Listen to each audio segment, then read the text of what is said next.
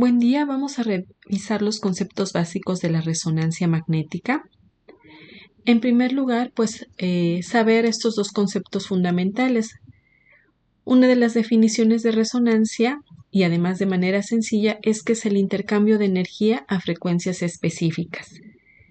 Y lo que es frecuencia, si recuerdan en el ultrasonido el número de ciclos en la unidad de tiempo, es lo que da la frecuencia y se mide en hercios.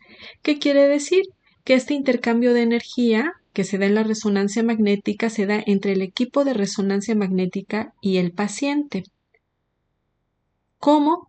A través de condiciones especiales, como un campo magnético específico y además el que sea estimulado con ondas de radiofrecuencia a una frecuencia específica. Esas serían como las condiciones especiales que les comento. Bueno, el equipo de resonancia magnética consta, digamos, de una mesa de exploración donde se coloca el paciente, como aquí lo estamos viendo. Si se dan cuenta, es un equipo parecido al tomógrafo, solo que la parte, digamos, donde está el gran imán, ¿se acuerdan que en el tomógrafo esto se llama gantry? Bueno, pues en esa parte, en este cilindro enorme se encuentra ese gran imán y además, si se dan cuenta, es como mucho más grueso. También, ¿verdad? Los cortes se van sincronizando a medida que también se va avanzando la mesa. Todo eso se va programando en el equipo para obtener una secuencia específica para estudiar al paciente. Los resonadores magnéticos pueden dividirse en abiertos y cerrados. Los que habitualmente se manejan son los cerrados, que serían todos los que están o los tres ejemplos que están en la parte superior. Si se dan cuenta, no es un equipo completamente cerrado, sin embargo, para aquellas personas que sufren de claustrofobia, por lo mismo de que es un estudio que dura alrededor de 20 a 30 minutos, pues les es difícil, ¿no? Estar prácticamente un tercio de su cuerpo está metido en este gantry y eso los hace sentirse como si estuvieran encerrados, ¿no? Esos son entonces los cerrados. Y los de abajo son ejemplos de resonadores magnéticos abiertos. Si se dan cuenta, pues ya no tiene la forma de cilindro, ¿no? Que habitualmente tienen los cerrados y con esto, pues se ayuda al paciente a no presentar esas condiciones de sentirse encerrado y que no quiera que se le haga el estudio. Les comentaba también que estos pacientes son estimulados con ondas de radiofrecuencia a una frecuencia específica. ¿Cómo es que se le brindan estas ondas de radiofrecuencia al paciente? A través de un equipo que se les llaman antenas, y hay antenas específicas para cada parte del cuerpo.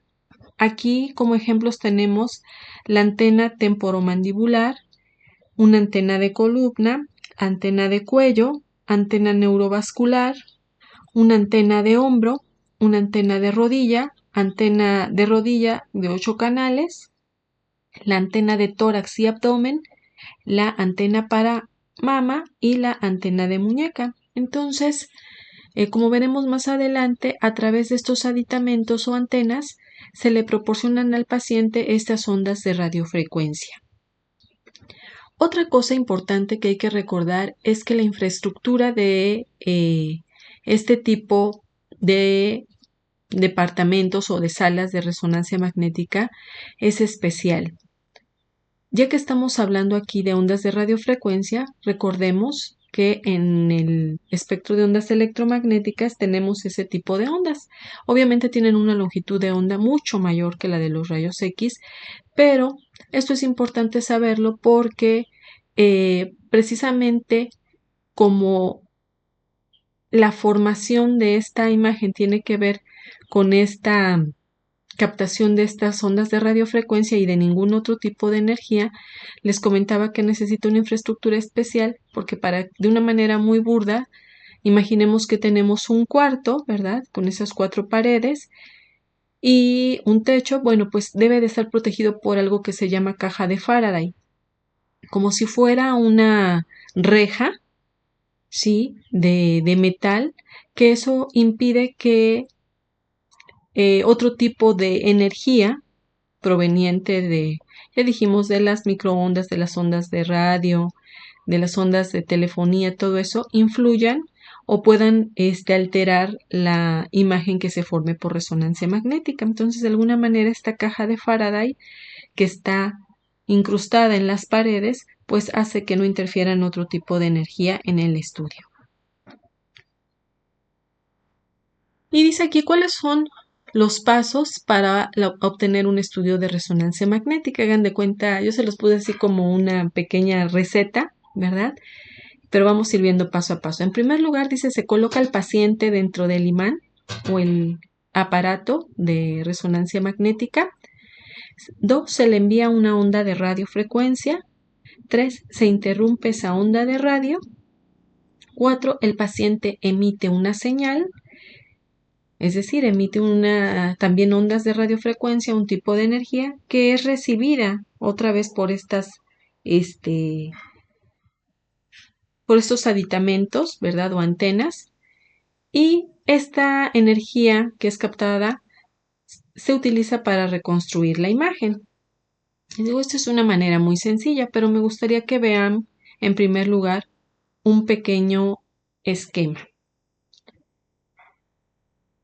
Vamos a ir leyendo y luego me vuelvo a regresar. Dice, en resonancia magnética, la resonancia es el proceso por el cual los núcleos absorben energía de radiofrecuencia. ¿Qué núcleos? Pues resulta que en nuestro cuerpo tenemos o sabemos que la mayor parte de nuestro cuerpo es agua, entonces estamos formados principalmente por iones hidrógeno, iones oxígeno. Y resulta que a los núcleos a los que va a estimular estas ondas de radio son los núcleos de hidrógeno, que también lo pueden encontrar en los libros como protones o hidrogeniones, ¿no? Por su carga positiva. ¿Qué le hace estas ondas de radiofrecuencia? Dice, producen un incremento digamos, en el nivel energético para producir transición entre estados energéticos nucleares distintos. A esos estados energéticos diferentes se les llaman paralelo y antiparalelo. Cuando veamos ahorita un esquemita lo van a entender mejor. El concepto central de la resonancia magnética se basa en la propiedad que tienen los núcleos de ciertos elementos, es decir, nuestros núcleos de hidrógeno de nuestro cuerpo. ¿Por qué? Porque tenemos una gran cantidad de agua, de emitir una señal de radiofrecuencia cuando son sometidos a un campo magnético y son estimulados con ondas de radiofrecuencia. Entonces, esta diapositiva, lo que quiero que entiendan es que para que se forme la imagen de resonancia magnética, el cuerpo del paciente debe de ser sometido a un conjunto de características especiales, que principalmente es que sea sometido a un campo magnético específico que lo da el imán del equipo y además el que el cuerpo del paciente sea estimulado con ondas de radio que son emitidas por las antenas. Esta misma energía en forma de radiofrecuencia que sale del paciente es captada de nuevo por estas antenas y se lleva al equipo para formar una imagen.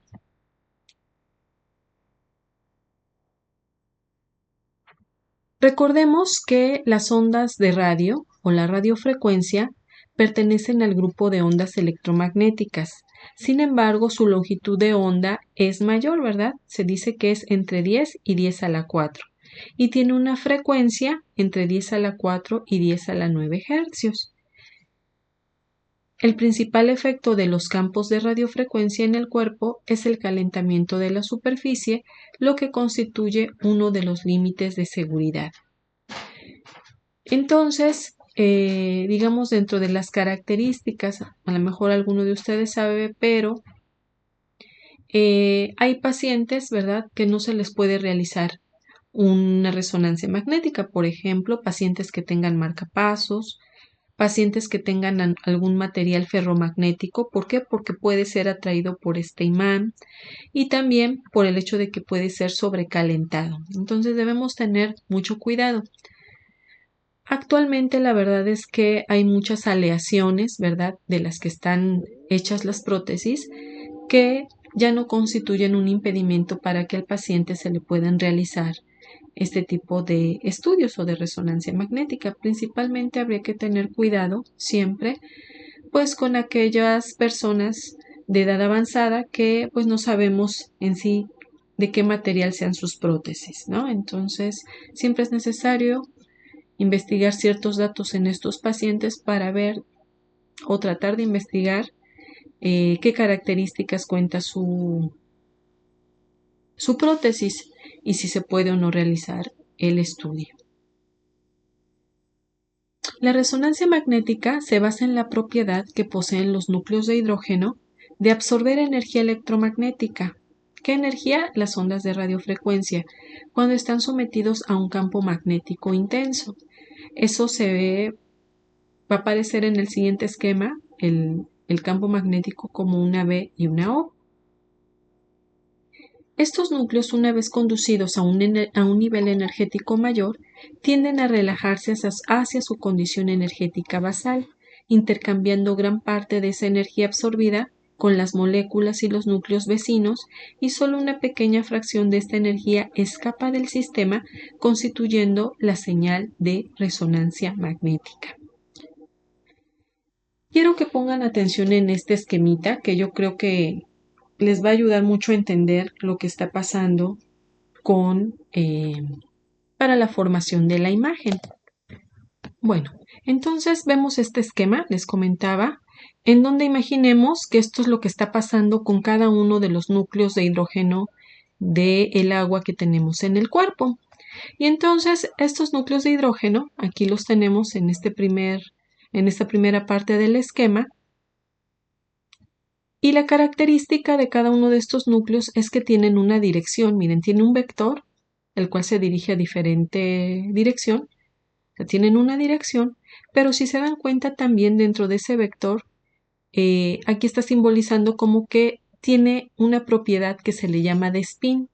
Este spin es la propiedad que tienen los núcleos de girar sobre sí mismos. Entonces, cuando los núcleos de hidrógeno están en un estado basal, ¿verdad? Que tienen una dirección y un spin determinado, o una propiedad de giro sobre sí mismo, ¿qué pasa cuando estos núcleos de hidrógeno del paciente son sometidos a un campo magnético? Miren, aquí lo estamos viendo. Este es el campo magnético, veo. Pues lo que hace ese campo magnético es que los alinea, ¿verdad? Junto con este estímulo de ondas de radiofrecuencia a una frecuencia determinada, hace que estos núcleos se dirijan, algunos hacia arriba, como estamos viendo aquí, y otros hacia abajo. Es lo que se le llama paralelo y antiparalelo.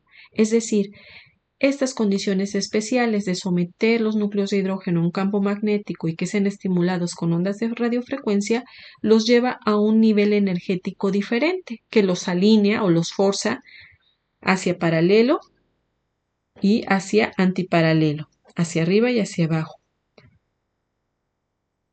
¿Qué pasa? En ese momento se deja el mismo equipo, deja de funcionar el imán, es decir, se deja de someter los núcleos al campo magnético o disminuye este campo magnético y se deja de estimular con las ondas de radiofrecuencia. Pues lo que pasa con los núcleos de hidrógeno es que estos tienden a volver a su estado basal.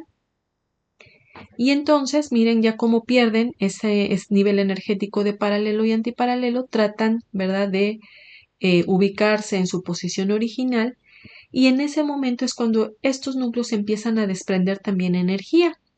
Y esta energía es compartida, ya dice, por las mismas moléculas que los rodean, y cierta cantidad de esa energía vuelve a las antenas, las cuales codifican esa energía para formar una imagen. Es decir, que la imagen de resonancia magnética es el producto de esta pérdida de ese nivel energético en el que estaban los núcleos. Por eso se les llama un nivel de reposo, o también se les llaman secuencias en T1 y en T2, o tiempos de relajación T1 y T2. ¿Por qué? Porque es en este momento cuando este imán disminuye, digamos, ese campo magnético y además ya no se estimula con ondas de radiofrecuencia, por lo que los protones tienden a relajarse, a volver a su estado basal, ¿sí? Y lo que forma entonces la imagen son estos estados de relajación. En sí existen dos secuencias básicas, hay más nombres de secuencias y que también va a depender del equipo de resonancia magnética que se utilice. Estas dos secuencias básicas se les llaman T1 y T2.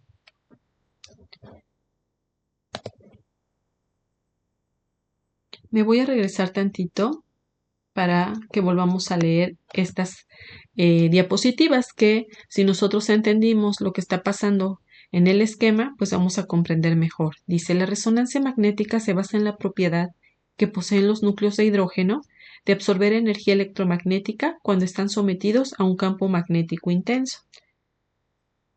Entonces, los núcleos de hidrógeno necesitan condiciones especiales, que es el campo magnético y las ondas de radiofrecuencia a una frecuencia específica para que cambien su nivel energético o su dirección. Estos núcleos, una vez conducidos a un nivel energético mayor, tienden a relajarse hacia su condición energética basal, intercambiando gran parte de la energía absorbida con las moléculas y los núcleos vecinos, y solo una pequeña fracción de esta energía escapa del sistema constituyendo la señal de resonancia magnética. Es decir, que una vez que estos núcleos de hidrógeno disminuye el campo magnético al que están estimulados y también disminuye o cesa el estímulo de las ondas de radiofrecuencia, tienden a estados de relajación, tienden a volver a su estado basal y es ahí donde se desprende esta energía y es captada por las ondas de las antenas, del equipo para que sean convertidas en una imagen. Es lo que está pasando aquí. Tenemos en este momento estamos viendo en la pantalla dos imágenes, una imagen por resonancia magnética y una por tomografía. Si ustedes son observadores, hay una imagen que tiene características más reales, ¿no? En este caso sería la de resonancia magnética. Todavía la de tomografía se ve un poco más como si fuera una imagen como dibujada, ¿no? Bueno, ¿qué tienen en común estos dos técnicas de imagen, la resonancia magnética y la tomografía? Que ambas producen imágenes digitales, ¿sí? De una sección o parte del cuerpo en la que la expresión de la anatomía se basa en ciertas propiedades físicas de los tejidos. Si ustedes recuerdan, cuando vimos los aspectos físicos de los rayos X y de la tomografía, bueno, pues en sí la tomografía es un mapa de la distribución de los electrones, digamos, en el cuerpo. En cambio, la resonancia magnética es un mapa de la distribución de los protones o de los núcleos de hidrógeno en el cuerpo. Es importante también que sepan que cuando nosotros evaluamos estudios de tomografía o de resonancia magnética, al ver, digamos, estos cortes, siempre debemos imaginarnos al paciente que lo tenemos en una posición anatómica, ¿no? O lo tenemos de frente y que lo estamos viendo desde los pies. Por lo tanto, este es el lado derecho del paciente, ¿verdad? Hasta aquí podemos ver esta parte gris que es el hígado y del otro lado es la parte izquierda del paciente. O sea, todas las imágenes sean radiografías, ultrasonidos, tomografías, resonancias magnéticas, vamos a imaginarnos que tenemos el paciente de frente. Este es el lado derecho y esto es el lado izquierdo. Les comentaba también que en resonancia magnética existen dos secuencias básicas, que es el T1 y el T2, o tiempo de relajación 1, tiempo de relajación 2. ¿Cómo podemos distinguirlo? Bueno, en el T1, en la secuencia T1, los líquidos del cuerpo se ven oscuros. Por ejemplo, si yo me voy aquí al canal medular, veo como un anillito oscuro, que esto me está indicando que se trata de un T1. Cuando los líquidos en alguna parte del cuerpo, yo puedo identificar líquido que sé que es líquido, por ejemplo, la orina, por ejemplo, el líquido cefalorraquídeo, por ejemplo, la vesícula biliar llena con bilis, ¿sí? En esos puntos yo puedo saber qué secuencia básica se trata. Entonces, en el T2 los líquidos se ven blancos. Aquí también existe una nomenclatura especial. Aquí vamos a hablar de intensidades. Entonces, lo negro, lo que observamos negro en la resonancia magnética se le denomina hipointenso. Y lo que observamos blanco en la resonancia magnética se le denomina hiperintenso. Vuelvo a repetir, la secuencia en T1, los líquidos se ven hipointensos, es decir, oscuros. En la secuencia en T2, los líquidos se ven blancos, es decir, hiperintensos. Y viendo estas imágenes, nada más les comento que si estamos viendo al paciente de frente y además como si lo viésemos desde los pies, bueno, lo que estoy señalando es el hígado. Aquí tengo el riñón derecho, el riñón izquierdo. Esto es el vaso, ¿sí? Esto es parte del páncreas, muy poquito del cuerpo del páncreas y un poco aquí del estómago. También otro aspecto que quiero que vean es que en la resonancia magnética los huesos se ven oscuros. En cambio, en la tomografía los huesos siempre se ven blancos. En la tomografía también vamos a hablar de una nomenclatura especial, hablamos de densidades. Entonces, lo que se ve blanco en la tomografía se describe hiperdenso, es decir, los huesos, por ejemplo. Lo que se ve en un gris oscuro se le llama hipodenso, que serían, por ejemplo, los músculos o los órganos abdominales. Y para correlacionar, digamos, o cuando hablamos de una misma densidad, se les llaman isodensos.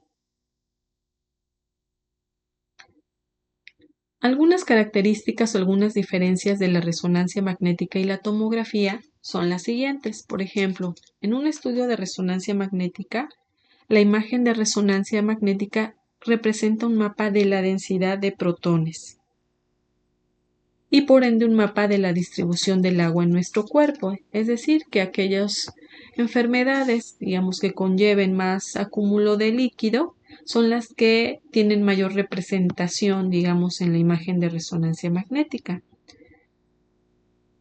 En el caso de la tomografía, la imagen por tomografía representa un mapa de la densidad de los electrones de los tejidos, dice, incluidos en el plano de examen. Y en estos esquemitas, para que lo recuerden mejor, entonces el resultado de una imagen de resonancia magnética se debe a esta interacción con los núcleos de hidrógeno y el resultado de una imagen, ya sea por rayos X o por tomografía, es el resultado de la interacción de los rayos X con los electrones de los diferentes tejidos.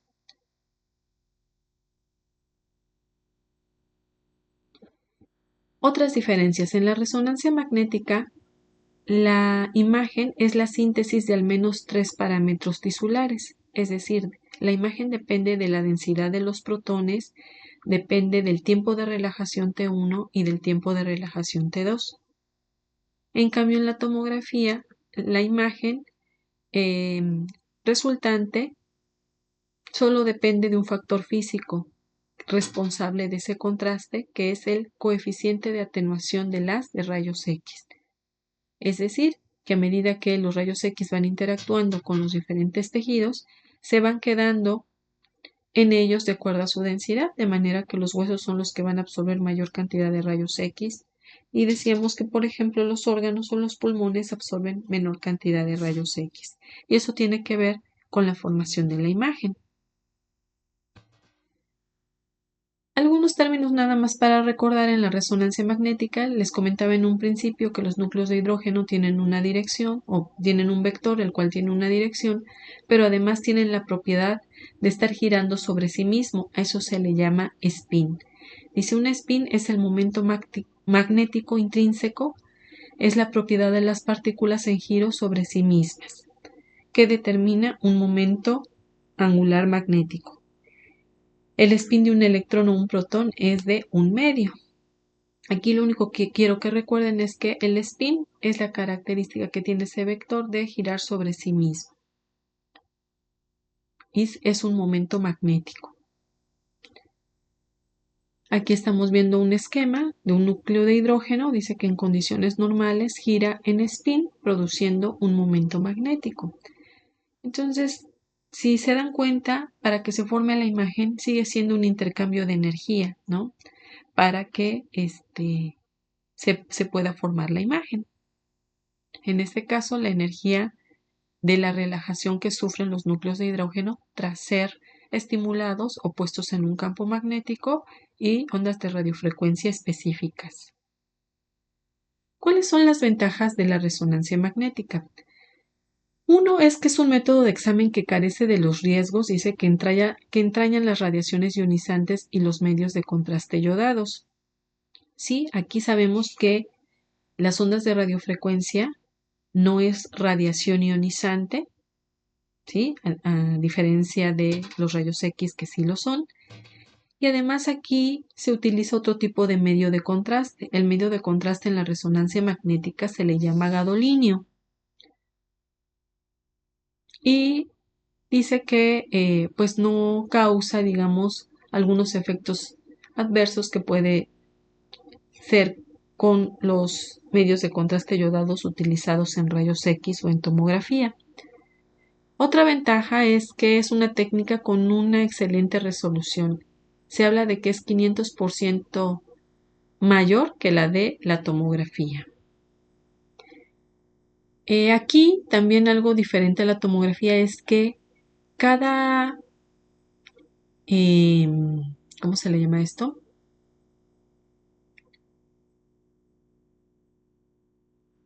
En la tomografía, digamos, se pueden obtener cortes axiales y a partir de esos cortes se realizan reconstrucciones para obtener otro tipo de cortes que serían los coronales y los sagitales. Pero aquí la ventaja es que con un solo estudio axial, digamos, se hace la reconstrucción de los demás planos. A eso iba. Un plano sagital y un plano coronal. En cambio, en la resonancia magnética, los planos se deben de obtener por separado. Es decir, que si yo estoy estudiando, por ejemplo, el cráneo, necesito 20 minutos para obtener el plano axial, otros 20 minutos para obtener el plano sagital y otros 20 minutos para obtener un plano coronal. Esto de que se obtengan los cortes, digamos, de manera individual, hace que también o contribuye a la buena resolución que tiene la resonancia magnética. Pero eso también implica un mayor tiempo en el que el paciente debe permanecer dentro del equipo. Por eso es que es un estudio que es muy difícil para las personas claustrofóbicas, ¿no? O para un niño, ¿no? Quedarse tanto tiempo quietecito para que pues no influya este movimiento en las imágenes. Otra característica o ventaja de la resonancia magnética dice que tiene gran sensibilidad para detectar lesiones anatomopatológicas que conlleven un cambio importante en la cantidad de agua. Es decir, enfermedades que impliquen, les comentaba, un acúmulo de líquido importante en alguna parte u órgano, pues son las que se verán mucho mejor. Otra ventaja es la representación visual de estructuras anatómicas que hasta ahora eran insuficientemente visualizadas o percibidas o solo se podían ver tras la introducción de algún contraste artificial. Me estoy refiriendo a que la resonancia magnética ha hecho posible que podamos ver en ese estudio órganos o partes del cuerpo que habitualmente no se veían, ¿no? Por ejemplo, los meniscos, el cartílago articular, tendones, ligamentos, el quiasma óptico, ¿sí? Entonces, el mejor método de imagen para evaluar las partes blandas es la resonancia magnética. También es el mejor método de imagen para evaluar músculo esquelético. Otra ventaja es que permite una representación de la anatomía, dice, en cualquiera de los 3 planos ortogonales. No se trata de reconstrucciones, sino de la toma directa de datos originales, lo que les comentaba. ¿Y eso qué hace? Que tengan toda la resolución espacial, toda la resolución de contraste y un campo de visión de una imagen original. O sea, todo esto contribuye a su buena resolución. Y por lo tanto, se puede apreciar detalles muy pequeños o finos en las estructuras anatómicas que evaluemos. La cuarta ventaja es que tiene sensibilidad al flujo vascular. Dice, la sangre es el tejido más rico en protones. Al encontrarse en movimiento y atravesar los planos donde se está produciendo la excitación por esta radiofrecuencia, y dependiendo de la dirección y de su velocidad, sea arterial o venosa, puede aparecer como una región sin señal, es decir, los vasos a veces pueden aparecer negros o con una señal de gran intensidad, es decir, los vasos pueden aparecer blancos. Acuérdense, cuando las estructuras anatómicas en la resonancia se ven negras u obscuras se les llaman hipointensas y cuando las vemos blancas se les llaman hiperintensas. Quinta ventaja, ausencia de artefactos creados por la transmisión de una señal a través del hueso. Esto permite una visualización de las partes nobles que pueden ser analizadas sin el efecto degradante y oscurecedor de densidades sobrepuestas. Dicho en otras palabras, cuando, por ejemplo, se está evaluando alguna parte del cuerpo por tomografía, por ejemplo, el cráneo, vamos a ver un ejemplo, y se interpone el hueso y a lo mejor hay otros artefactos metálicos o la misma sangre, la incidencia, digamos, de la radiación X sobre estructuras muy densas puede distorsionar o formar artefactos por movimiento. En cambio, en la resonancia magnética no, ¿sí? Esta, al interactuar con partes tan densas como el hueso, no provoca artefactos por movimiento y esto permite que se pueda evaluar las estructuras anatómicas. La resonancia magnética es un método de elección para evaluar el tronco encefálico, el cerebro, la médula espinal, el espacio subaracnoideo, ligamentos, cartílagos, tendones y sinovial intraarticular, para evaluar la médula ósea de huesos largos, la unión cervicodorsal, la base del cráneo.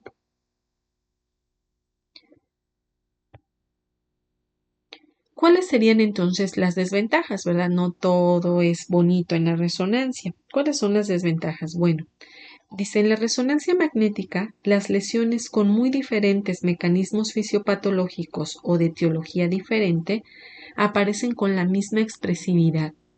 Es decir, es una técnica inespecífica de examen. ¿Qué quiere decir esto? Que enfermedades de etiología diferente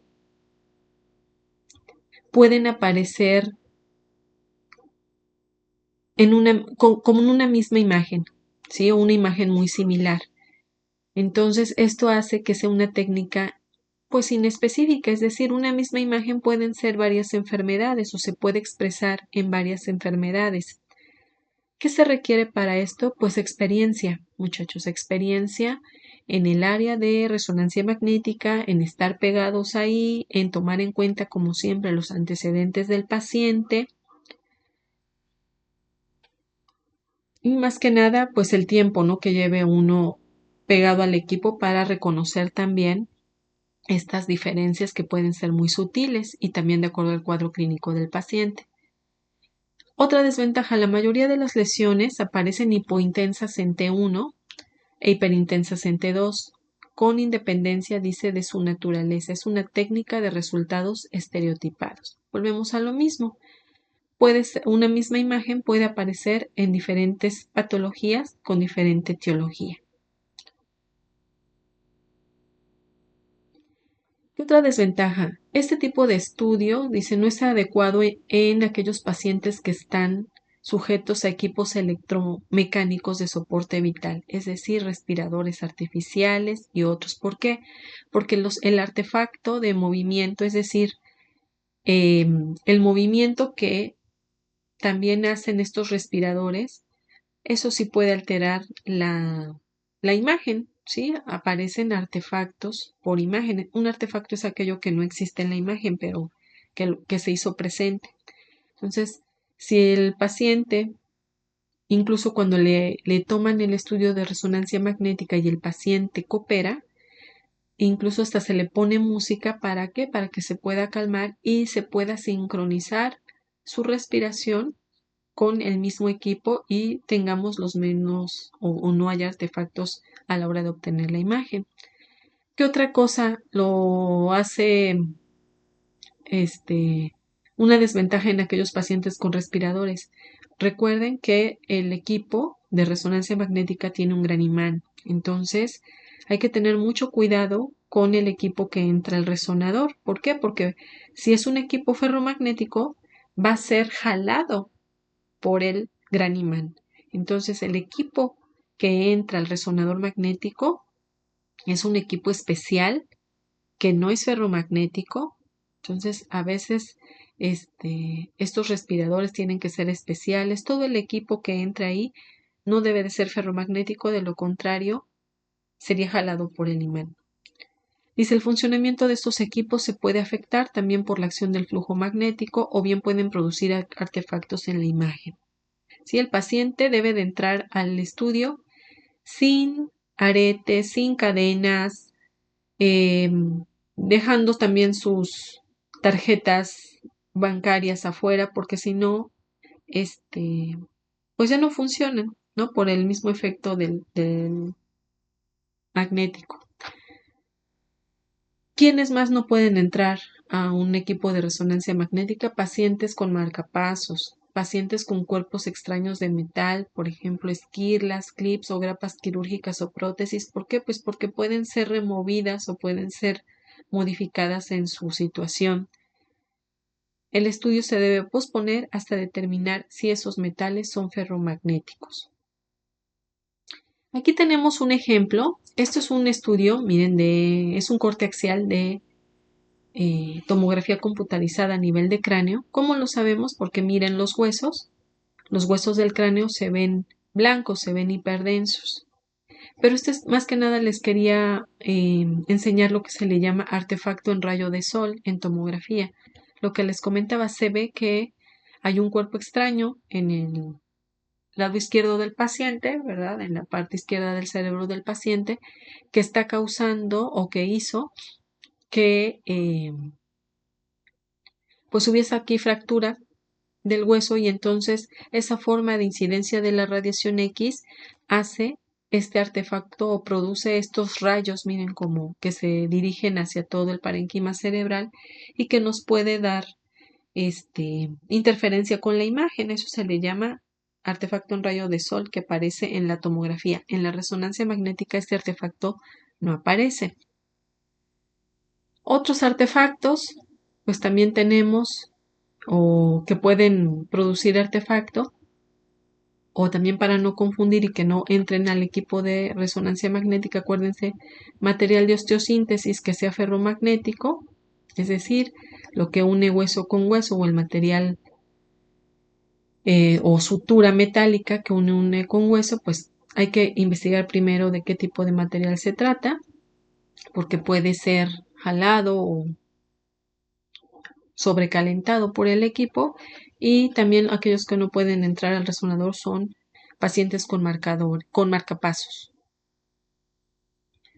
Aquí tenemos también otra paciente que miren en la radiografía de tórax se dejó el brasier y pues esas son las varillas, ¿verdad? Del brasier. Pues también hay que tomar en cuenta que el paciente debe de entrar sin ningún tipo de material metálico principalmente.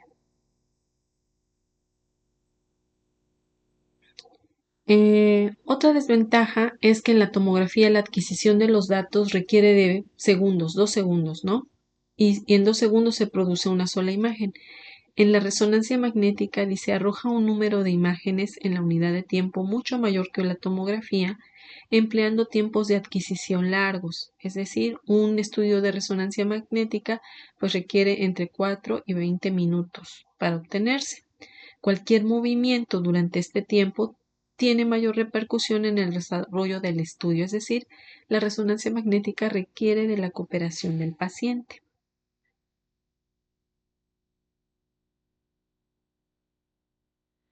Otra también desventaja es la ausencia, dice, de una escala universal de grises.